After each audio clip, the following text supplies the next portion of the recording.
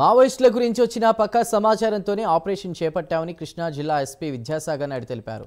మావోయిస్టులు విజయవాడను ఎందుకు ఎంచుకున్నారు, మావోల టార్గెట్ ఎవరనే అంశాలపై ఆరా తీస్తున్నామన్నారు. విచారణ పూర్తయిన తర్వాత వివరాలను వెల్లడిస్తామంటున్న కృష్ణా జిల్లా ఎస్పీ విద్యాసాగర్ నాయుడుతో మా correspondent Raj Kumar face to face.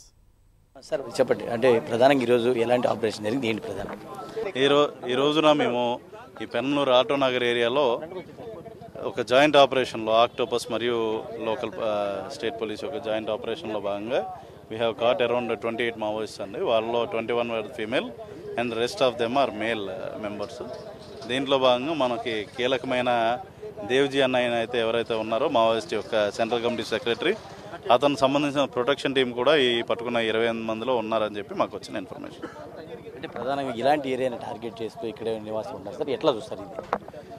అంటే ఇట్లాంటి ఏరియాలో చాలామంది బయట నుండి వచ్చి వెళ్ళే వాళ్ళు ఉంటారు కాబట్టి it's a natural thing that they have tried to take shelter in these areas.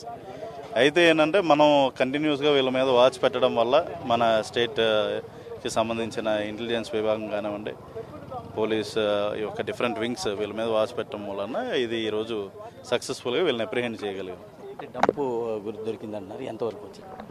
అది ఫర్దర్గా మనం upon proper enumeration only we can tell అండి.